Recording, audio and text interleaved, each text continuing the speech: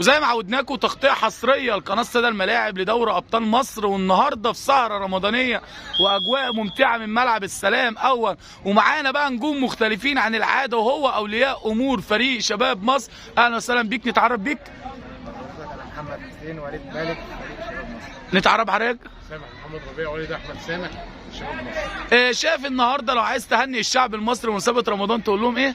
سلام طيبين وربنا يقولوا علينا طبعا خير.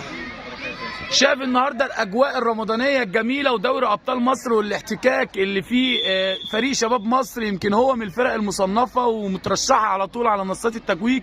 شايف النهارده دوري ابطال مصر استفاده للاولاد؟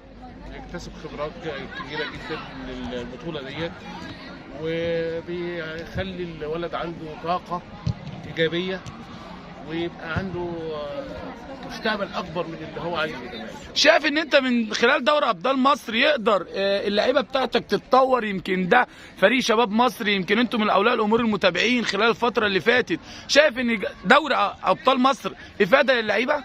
طبعا افاده كبيره، ان الاحتكاك نفسه بيخليهم يتعلموا ويزيدوا ويعلوا في مستواهم، فبالتالي يعني استفاده كبيره جدا يعني هو موجودين فيها. بيبقى احساسك ازاي كولي امر وانت بره عايز تشوف ابنك في الملعب بيلعب، تبقى عايز تقول له ايه وهو في الملعب؟ انا قايل له قبل المباراه خليك راجل والالتزام بتعليمات المدرب، وعشان يكتسب خبره اكبر من المدرب بتاعه، ويعني يدي كل ما في وسعه عشان خاطر يكسب المباراه. النهارده لو شايف مثلك الاعلى لابنك نفسه يبقى زي مين؟ اكيد محمد صلاح، كلنا. مثلك الاعلى لابنك نفسه يبقى زي مين؟ انا ابني بيلعب باك شمال فنفسي يبقى زي علي معلول.